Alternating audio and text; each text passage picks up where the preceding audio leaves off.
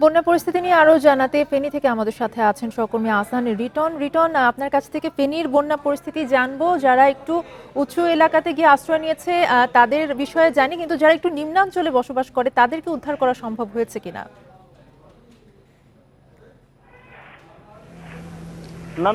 দেখুন, আমরা আসলে সকাল থেকে ফেনীর বিভিন্ন পাড়া মহল্লা আমরা ঘুরেছি। আমরা যেটি দেখেছি সেটি হচ্ছে আসলে যারা সড়কের মূল সড়কের পাশে আছে সেই লোকগুলোর অবস্থা কিছুটা তারা ভালো অবস্থায় আছে, কিন্তু একেবারে প্রত্যন্ত এলাকায় যারা রয়েছেন তাদের অবস্থা একেবারেই সঙ্গীন। আমরা সকাল থেকে দেখেছি চট্টগ্রাম এই ফেনীর নানা সড়কে আমরা অসংখ্য ত্রাণের গাড়ি দেখেছি, কিন্তু যারা ত্রাণ নিয়ে সেখানে এসছেন তারা যেটি বলছেন সেটি হচ্ছে সড়কের আশপাশে মানুষজনকে তারা ত্রাণ সামগ্রী দিতে পারলেও যেখানে আসলে প্রত্যন্ত এলাকা অর্থাৎ যেখানে পানি এখনো পর্যন্ত সরেনি সেই জায়গাগুলোতে তারা ত্রাণ দিতে পারছেন না, ফলত তারা নিজেরাই আসলে ত্রাণ নিয়ে এক ধরনের ভোগান্তির মধ্যে আছেন। আমরা কিছুক্ষণ আগে ছাগলনাইয়ার শুভপুর এলাকাতে ছিলাম, সেখানে আমরা দেখেছি সেনাবাহিনী এবং যারা স্বেচ্ছাসেবী সংগঠনের কর্তারা তারা যারা সেখানে ত্রাণ দিতে গেছেন তারা আসলে নিজেরা এক ধরনের বলা যেতে পারে এক ধরনের ফাঁদের মধ্যে আটকে আছেন। অর্থাৎ তারা যে উদ্দেশ্য নিয়ে চট্টগ্রাম ঢাকা সহ নানা জায়গা থেকে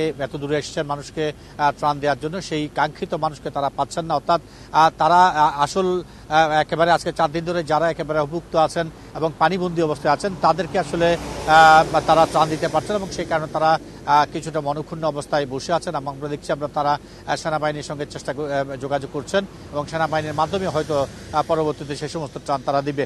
আমরা দেখেছি ছাগলনাইয়ার বেশ কিছু গ্রামে আমরা দেখছি এখনো পর্যন্ত আসলে কোমর সমান পর্যন্ত পানি সেখানে আছে, ফলে অনেককে আমরা দেখেছি যারা এখনো পর্যন্ত গত 4 দিন ধরে যারা এইখানকার যে 700টি আশ্রয় কেন্দ্র রয়েছে সেই আশ্রয় কেন্দ্রগুলোতে তারা অবস্থান করছেন এবং এতে করে এক ধরনের সংখ্যা তাদের মধ্যে তৈরি হয়েছে, যেহেতু পরিবারের এবং পুরো বাড়ির সবাই আশ্রয় কেন্দ্রে চলে গেছে সঙ্গত কারণ তারা এক ধরনের আশঙ্কার মধ্যে আছেন যে তাদের যে মূল্যবান সম্পদ যেটি এখনো পর্যন্ত ঘরে রয়ে গেছে সেটি ডাকাতি হয়ে যায় কিনা, লুট হয়ে যায় কিনা। পাশাপাশি আজকে 4 দিন ধরে এখানে আসলে বিদ্যুৎ নেই এবং মোবাইলের যে নেটওয়ার্ক সেটিও নেই, ফলে তারা একে অন্যের সঙ্গে যোগাযোগ করতে পারছেন না এবং সবচেয়ে বড় যেটি যন্ত্রণা শুরু হচ্ছে সেটি হচ্ছে তাদের কাছে যে সমস্ত খাবার ছিল, শিশুদের যে সমস্ত রসদ ছিল সেগুলো আসলে সময় বাড়ার সাথে সাথে সেগুলো ফুরিয়ে যাচ্ছে এবং যেহেতু প্রত্যন্ত এলাকায় ত্রাণকর্মীরা যেতে পারছে না সঙ্গত কারণে সেখানে খাবার সংকট দেখা দিচ্ছে, পাশাপাশি ডায়রিয়া সহ নানা রোগের প্রকোপ সেখানে আস্তে আস্তে দানা বাঁধতে শুরু করেছে বলে তারা আমাদেরকে জানিয়েছেন এবং তারা এটিও বলেছেন যে সুপেয় পানির যে সংকট সেটি তীব্র থেকে তীব্রতর হচ্ছে।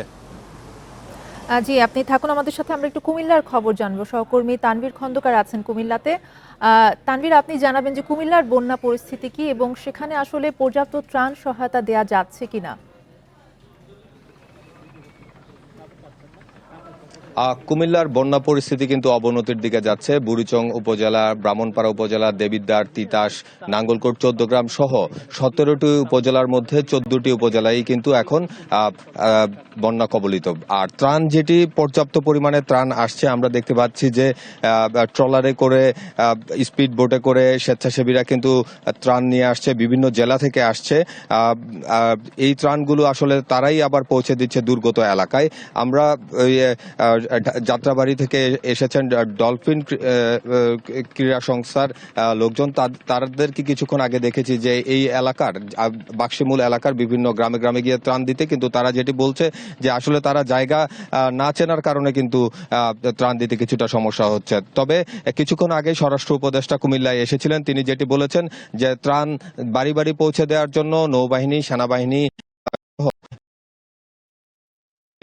বন্যার পরিস্থিতি এই মুহূর্তে যদি আমি একটু দেখানোর চেষ্টা করি, বাক্সিমূল উপজেলা বুড়িচংয়ের মাঝামাঝি একটু গ্রাম, এই গ্রামে কিন্তু এই মুহূর্তে কোথাও কোথাও 10 থেকে 12 ফুট পর্যন্ত পানি উঠে গেছে। ঘরবাড়িগুলো সব পানিতে ডুবে আছে এবং আশ্রয় কেন্দ্র যেগুলো করা হয়েছিল সেগুলোও কিন্তু এই মুহূর্তে ডুবে আছে। কেউ কেউ কিন্তু আশ্রয় কেন্দ্র থেকে বের হয়ে যাওয়ার জন্য কিন্তু স্বেচ্ছাসেবকদের প্রতি আহ্বান জানাচ্ছেন। তবে যেই পরিস্থিতি এখন চলছে, বলা যায় যে আগামী 3 থেকে 4 দিনের মধ্যেও কিন্তু পানি নামার কোনো সম্ভাবনা দেখা যাচ্ছে না।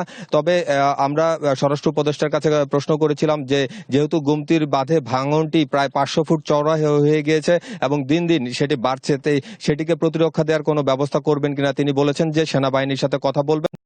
যে গোমতীর যে ভাঙন সেটিকে আর যেন না বাড়তে দেওয়া হয় সেই বিষয়ে তিনি সেনাবাহিনীর সাথে কথা বলবেন। আর একটি বিষয় জানিয়ে রাখি, কুমিল্লাতে সহ ফেনী, নোয়াখালী বিভিন্ন এলাকায় রাতের বেলা ডাকাতের উপদ্রব হচ্ছে এরকম একটি কিন্তু গুজব শোনা যায়। তবে সেই বিষয়টি নিয়ে স্বরাষ্ট্র উপদেষ্টা বলেছেন যে পুলিশ, বিজিবির টহল বৃদ্ধি করা হবে, সেনাবাহিনী তো আছেই মাঠে, তবে সেক্ষেত্রে এলাকাবাসী যারা আছে তাদেরকে সম্মিলিতভাবে ডাকাত প্রতিরোধে কাজ করতে হবে। আর এই বুড়িচং উপজেলা, ব্রাহ্মণপাড়া উপজেলার আসলে যতটুকু দেখা যায় সেটি আসলে পানিতে নিমজ্জিত।